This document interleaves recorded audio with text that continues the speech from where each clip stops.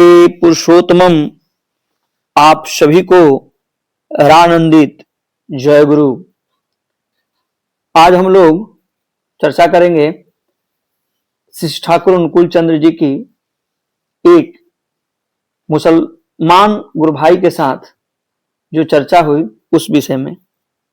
एक मुसलमान भक्त ठाकुर जी के यहाँ आए, श्री ठाकुर जी ने उनसे पूछा कि कुरान पढ़ते हो? उक्त भाई ने कहा कि मूल नहीं पढ़ा हूं, अनुवाद पढ़ा हूं।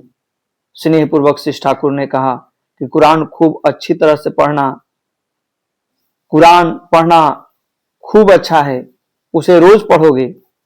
जिसे आचरण में ढालना है उसे 2-4 बार पढ़ने से नहीं होगा, प्रतिदिन पढ़ना है, नित्य चर्चा करनी होगी, नहीं करने पर भूल जाओगे।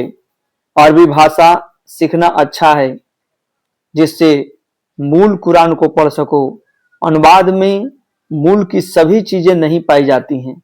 वैशिष्ट के संबंध में रसूल ने विशेषकर कहा है एवं संभ्रांत वंश की प्रशंसा की है। एक स्थान पर उन्होंने कहा है कि किसी से बंधुत्व करने से पूर्व उनके पिता एवं वंश का परिचय लेना उचित है। तुम अल्लाह के लिए ही लोगों से प्रेम करोगे, अल्लाह के लिए ही लोगों से शत्रुता करोगे। श्री ठाकुर ने कहा कि यहाँ शत्रुता का अर्थ है यदि अल्लाह विरोधी, रसूल विरोधी एवं धर्म विरोधी कोई है तो तुम उसे अपने पास प्रश्रय नहीं दोगे। प्रश्रय देने का अर्थ है कि स्वयं की निष्ठा को पद दलित कर चलना। धर्म के विरुद्ध धर्म का जिहाद चिरकाल से है। सत्य की चाह रखोगे किंतु असत्य का निरोध नहीं करोगे, ऐसा नहीं होता है। तथाकथित उदारता से निष्ठा की कठोरता बहुत अच्छी है, नहीं तो स्वयं को बचाना अत्यंत कठिन है। हम लोगों को शत्रुता नहीं करनी है। धर्म अर्थात सत्ता पोषणी धृतिचर्या के साथ जिसे शत्रुता है उसे हम लोगों को पहचानना है, जिससे वे लोग अपकर्म कर दूसरे को विपन्न नहीं कर सकें। वहां पर सजग एवं सतर्क रहना है, प्रयास करना है कि उसे हम लोग लौटा सकें।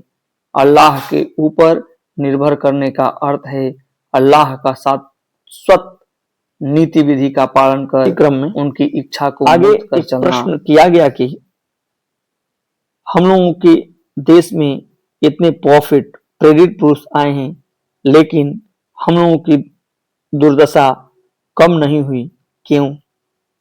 परम प्रेम में श्री ठाकुर जी ने कहा लाख प्रेरित पुरुष भी कुछ नहीं कर सकते जब तक हम लोग उन्हें स्वीकार नहीं करते हैं।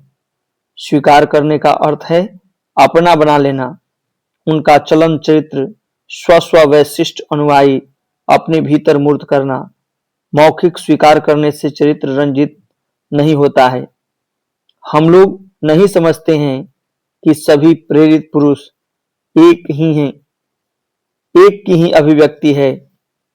परस्पर विरोधी लोग नाना संप्रदाय एवं दल की सृष्टि कर देते हैं। इससे प्रीति के बजाय द्वेष की सृष्टि होती है। इस भूल को निरसन करना होगा।